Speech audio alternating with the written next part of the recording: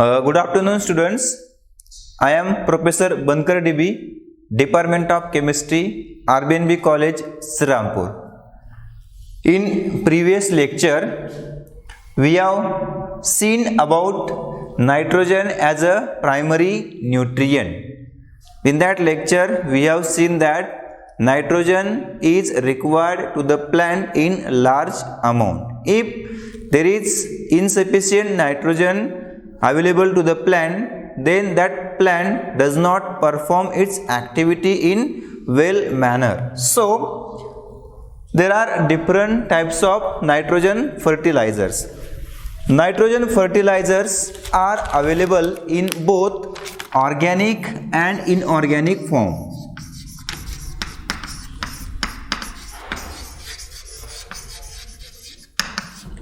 Nitrogen fertilizers are available both in organic and inorganic form. Basically, that organic fertilizer belong to the manures, some plant material. There are various types of inorganic fertilizer. So we will see the different types of inorganic fertilizer containing nitrogen. So it include ammonium nitrate. It include ammonium nitrate. In ammonium nitrate, there is presence of 33.5% nitrogen. Then potassium nitrate.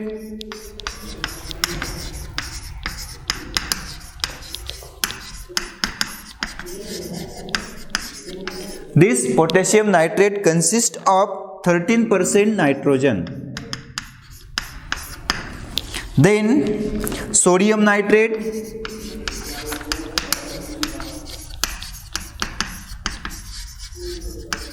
This sodium nitrate consists of 16% nitrogen. Then calcium nitrate.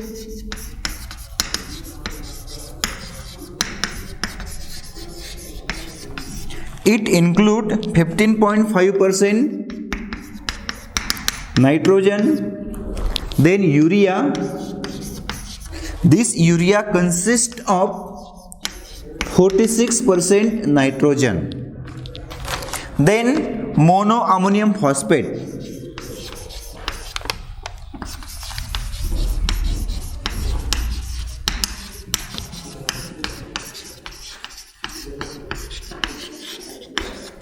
It consists of near about 18% nitrogen. So these are the various inorganic forms of the nitrogen fertilizer: ammonium nitrate, potassium nitrate, sodium nitrate, calcium nitrate, urea, monoammonium phosphate. It should be noted that the urea consists of 46% nitrogen. So generally farmers use urea as one of the essential nutrient, or we can say fertilizer for the plant. So if plant has deficiency of nitrogen, then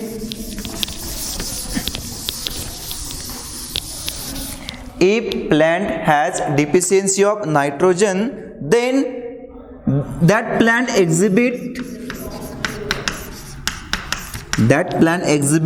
slow stunted growth. That plant exhibit slow stunted growth. But that plant shows their foliage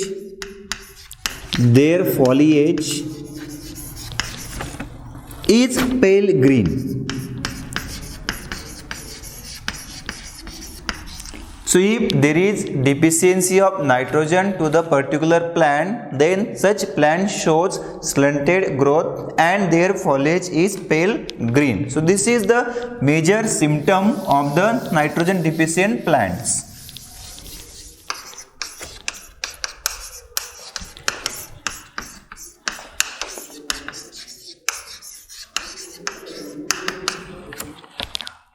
Next point is forms of soil nitrogen. So there are major three forms of nitrogen in mineral soil. First, organic nitrogen.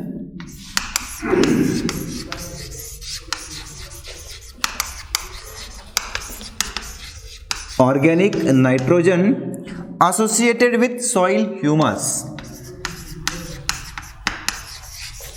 Organic nitrogen associated with soil humus. So we have seen about the humus. So this is first type of nitrogen, that nitrogen is associated with soil humus, that is organic nitrogen. Second type is ammonium nitrogen.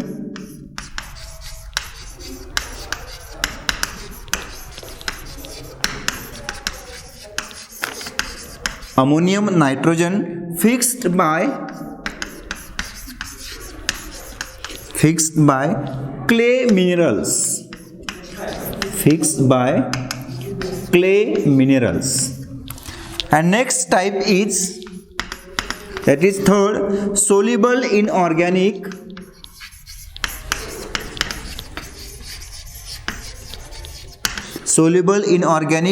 ammonium and nitrate. Ammonium and nitrate nitrogen. So basically these are the three forms of soil nitrogen.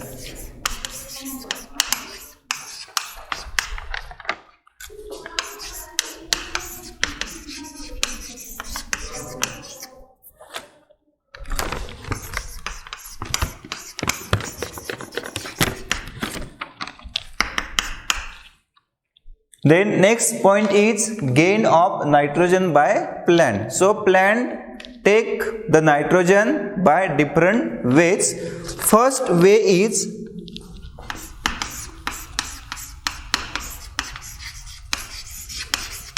nitrogen fixation by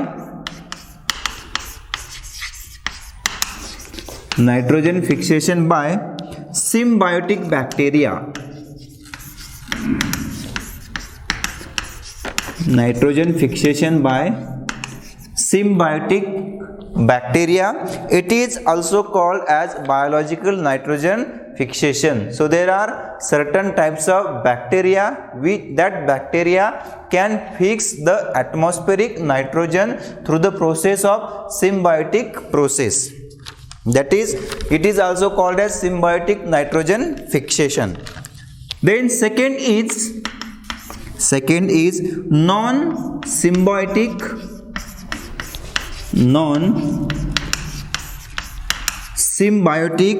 nitrogen fixation.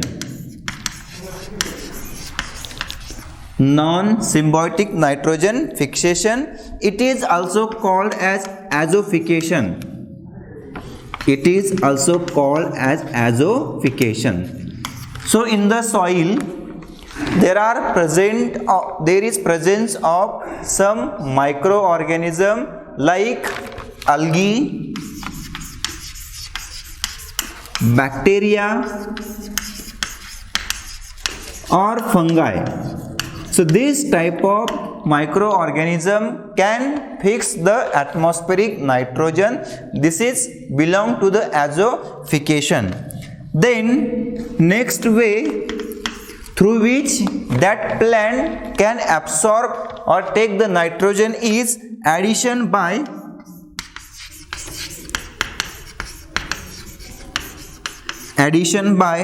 rain or snow. Addition by rain or snow. So atmospheric nitrogen containing compounds can come in contact with the rain or snow, and that ultimately goes in the soil and then absorbed, taken by the plant.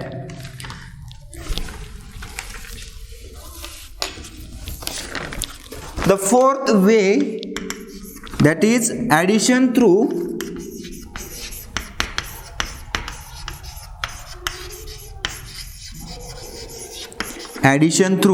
manures and fertilizers. addition through manures and fertilizer. So externally we can add nitrogen containing manure and fertilizer to the soil. Ultimately that nitrogen can be taken by the plant. So these are the 4 ways by which that plant take the nitrogen.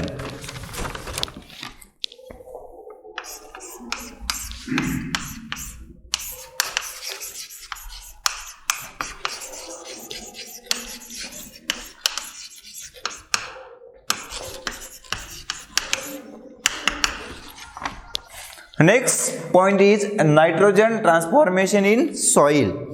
So this transformation of nitrogen basically consists of 3 stages. First is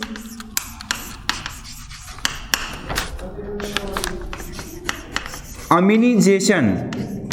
So this is first step through which there is transformation of nitrogen takes place, that is aminization. So in the soil there is presence of protein and protein containing compounds. So these protein and protein containing compounds undergo enzymatic digestion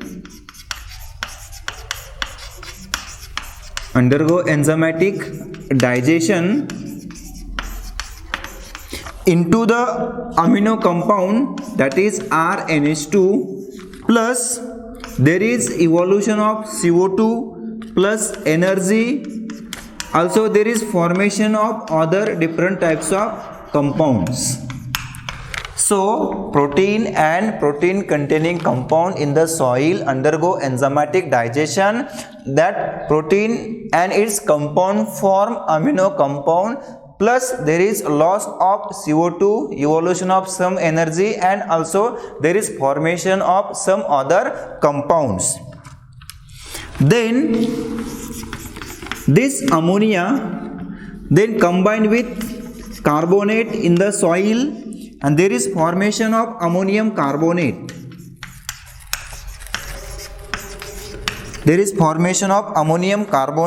That ammonium carbonate in the soil undergo ionization into the NH4 plus, that is ammonium ion, plus carbonate, that is CO3 minus. So this ammonium carbonate in presence of water undergo ionization into NH4 plus and carbonate. So this is first step, that is aminization, conversion of this protein containing compound into the, we can say, amino compound.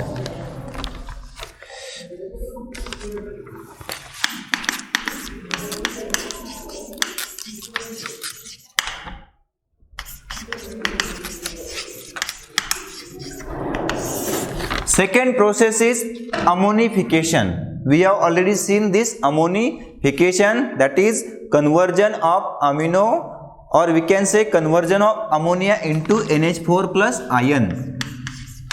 Conversion of ammonia into NH4 plus ion is called as ammonification. There is third method, that is nitrification.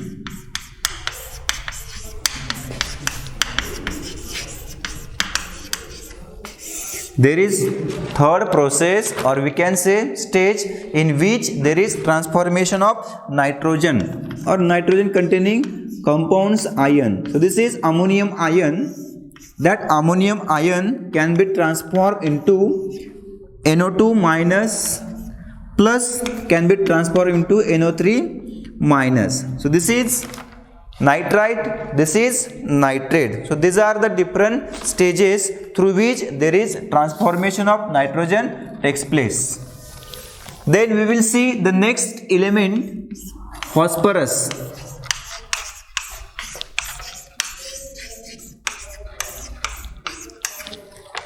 This is second important element as a primary nutrient required for the plant. So normal plant growth cannot achieve with phosphorus. Normal plant growth cannot achieve without phosphorus.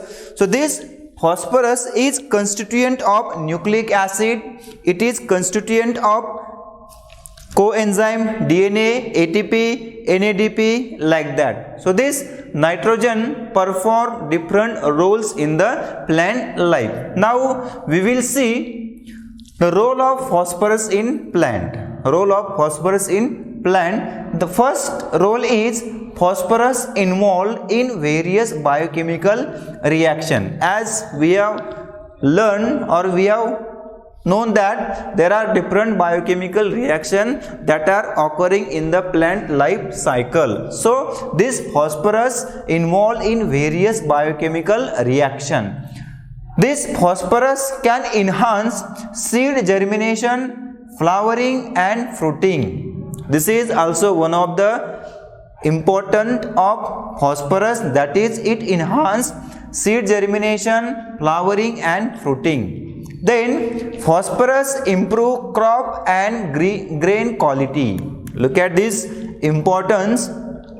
Phosphorus improve crop and grain quality. Next, root development can be achieved by using phosphorus. And last is phosphorus help in fruit ripening and cell division. So if we add, or if we provide fertilizer containing phosphorus, then this type of role can be played by the phosphorus. So here I will stop. In next lecture we will see the remaining part of this topic. Thank you.